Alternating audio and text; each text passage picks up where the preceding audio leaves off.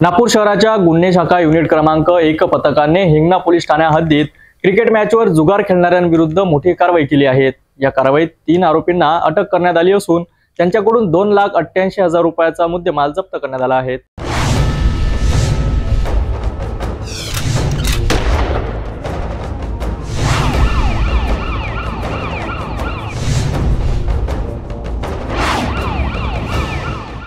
नागपूर शहर गुन्हे शाखा यांच्या नेतृत्वाखाली महाराष्ट्र जुगार कायद्याअंतर्गत जुगार खेळणाऱ्यांविरुद्ध गुन्हा नोंदविण्यात आला।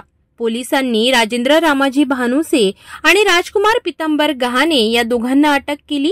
हे दोन्ही आरोपी गुमगाव वार्ड क्रमांक 4 येथील रहिवासी आहेत।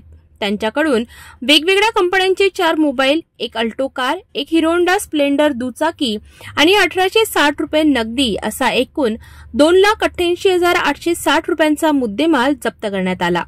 तपासात समोर आले की आरोपी क्रिकेट मॅचच्या थेट धावफलकांवर पैशांची खायवाडी करत होते।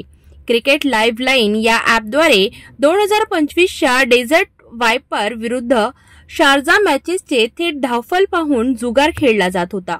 तसेच तिन्ही आरोपींविरुद्ध महाराष्ट्र जुगार कायद्यानुसार गुन्हा दाखल करण्यात आला आहे। पोलिसांनी सर्व आरोपींना ताब्यात घेतले असून या प्रकरणात अधिक तपास सुरू आहे। अशी कारवाई जुगारांच्या गैरवर्तनावर कडक लक्ष ठेवण्यासाठी महत्त्वाची ठरते। अधिक अपडेटसाठी पाहत रहा सिटी न्यूज।